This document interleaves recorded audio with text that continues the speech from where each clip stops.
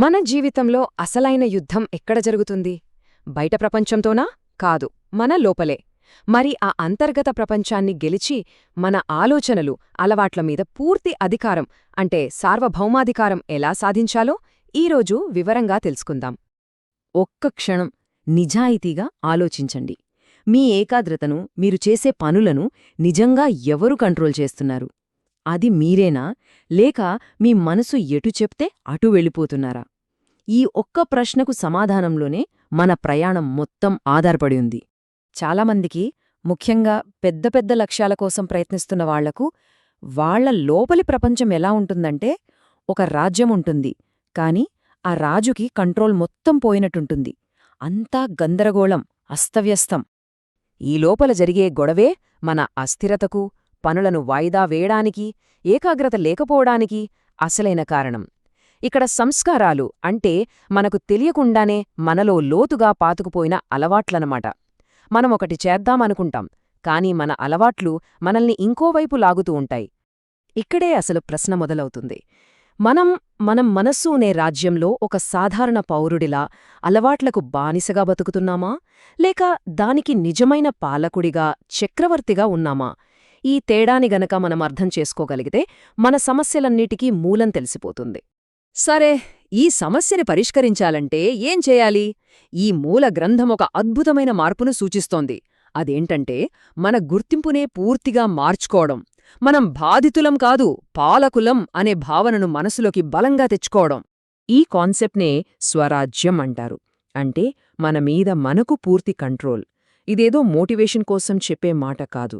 ఇది మన మనస్సు, బుద్ధి, ఇంద్రియాలపై మనకు ఉండాల్సిన సంపూర్ణ అధికారం. ఇది తాత్కాలికంగా వచ్చే గెలుపు కాదు, ఇది మన జన్మసిద్ధ హక్కు. ఇది కేవలం పోలిక కోసం చెప్పింది కాదు. ఈ మూలగ్రంథం ప్రకారం ఇది మన సహజమైన డబుల్ రాజరికం. అంటే ఇప్పుడు మనల్ని మనం గెలిస్తే భవిష్యత్తులో ప్రపంచాన్ని గెలుస్తాం. చాలా సింపుల్ లాజిక్. దీనర్థమేంటంటే, మన అసలు స్వభావమే చాలా శక్తివంతమైనది, రాజసంతో కూడుకున్నది. కాని కాలక్రమేణా మనం ఈ నిజాన్ని మర్చిపోయాం. అయినా సరే, ఆ శక్తి, ఆ రాజసం ఇప్పటికీ మనలోపలే నిద్రపోతూ ఉన్నాయి. సరే, మనమే పాలకులం అని అర్థమైంది. మరి మన పాలనను ఎలా మొదలుపెట్టాలి? మన మొదటి రాజశాసనం పవిత్రత. ఈ మూల గ్రంథం ప్రకారం పవిత్రత అనేది ఒక నిజమైన పాలకుడికి ఉండాల్సిన అత్యంత ముఖ్యమైన గుణం. అది లేకుండా ఏ రాజ్యమూ నిలబడదు. మన అంతర్గత రాజ్యం కూడా అంతే. మరి ఈ పవిత్రతను ఆచరణలో ఎలా పెట్టాలి? చాలా సింపుల్. 3 సూత్రాలు: మనసు, దృష్టి మరియు కర్మ. ఈ 3 స్తంభాలే మన లోపలి పాలనను స్ట్రాంగ్గా నిలబెడతాయి. ఈ మాట చూడండి, ఎంత శక్తివంతంగా ఉందో. ఇది మన సంబంధాలనే మార్చేస్తుంది. అంటే మన సంతోషాన్ని, మన శాంతిని కంట్రోల్ చేసే రిమోట్ మన చేతుల్లోనే ఉండాలి. దాన్ని వేరేవాళ్ల చేతికివ్వకూడదు. ఇప్పుడు మనం స్వీయ పాలనకు అడ్డుపడే అతి పెద్ద సమస్య దగ్గరకు వచ్చాం. అదేంటంటే, మన లిమిటేషన్స్ మీద మనకే ఉన్న నమ్మకం. మనలో చాలామంది ఒక మాట పదే పదే వాడుతుంటాం: ఏం చేయమంటారు, నా స్వభావమే అంతా.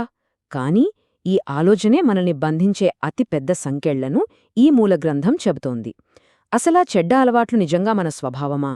ఇదొక మైండ్సెట్ షిఫ్ట్. మన నిజమైన స్వరూపాన్ని మనం ఇన్ని రోజులుగా పోగు చేసుకున్న అలవాట్ల నుండి వేరుగా చూడటం. ఆ చెడ్డ అలవాట్లు మనం కాదు, అవి మన మీద పడిన దుమ్ములాంటివి మాత్రమే. కాబట్టి మొట్టమొదటి అడుగు మన భాషను మార్చడం. మన మాటలను మారిస్తే మన ప్రపంచం మారుతుంది. నా స్వభావమే అంతా అని అనడం ఎప్పుడైతే మానేస్తామో అప్పుడే మన అసలైన శక్తి మనకు తిరిగొస్తుంది. ఈ కొత్త అవగాహనతో మనమొక పాలకుడి యొక్క అంతిమ స్థితికి అంటే ఫైనల్ స్టేజ్కి చేరుకుంటాం. అదే నిజమైన సార్వభౌమాధికారం. దీనర్థమేంటంటే, బయట పరిస్థితులు ఎలా ఉన్నా, ఎవరు ఏమన్నా, మనం మాత్రం స్పృహతో మన ఆత్మగౌరవాన్ని, స్థిరత్వాన్ని కాపాడుకోవాలి. మన సింహాసనాన్ని మనం వదిలి కిందకి దిగకూడదు. దీనికోసం ఒక అద్భుతమైన విజువలైజేషన్ టెక్నిక్ ఉంది. మన జీవితంలో వచ్చే సమస్యలను ఒక కార్టూన్ షోలాగా చూడాలి. ఆలోచించండి, ఒక కార్టూన్లో సింహాలు, తేళ్లు కనిపిస్తే మనం భయపడతామా? లేదు కదా, జస్ట్ చూస్తామంతే. అలా చూసినప్పుడు వాటి ఇమోషనల్ పవర్ మనమీద పనిచెయ్యదు. ఈ అభ్యాసం మనల్ని ఒక సంతుష్టమణిగా మారుస్తుంది. అంటే సంతృప్తి అనే రత్నంలా ఎప్పుడూ తృప్తిగా ఉంటూ ఇతరులను కూడా తృప్తిగా ఉంచేవారు. ఇదే సెల్ఫ్ మాస్టరీకి అసలైన గుర్తు. సరే, ఈ ఆలోచనను ఇప్పుడే ఆచరణలో పెడదాం. ఈరోజు మీరెదుర్కొంటున్న అతిపెద్ద సమస్యను మీ ఆత్మగౌరవం అనే సింహాసనం మీద కూర్చుని ఒక కార్టూన్లా చూడండి. దాని పాత్రలను, దాని డ్రామాను గమనించండి. అలా చూసినప్పుడు దాని శక్తి మీ మీద ఎంతగా తగ్గుతుందో మీకే స్పష్టంగా తెలుస్తుంది. ఇదే అసలైన స్వీయ పాలన.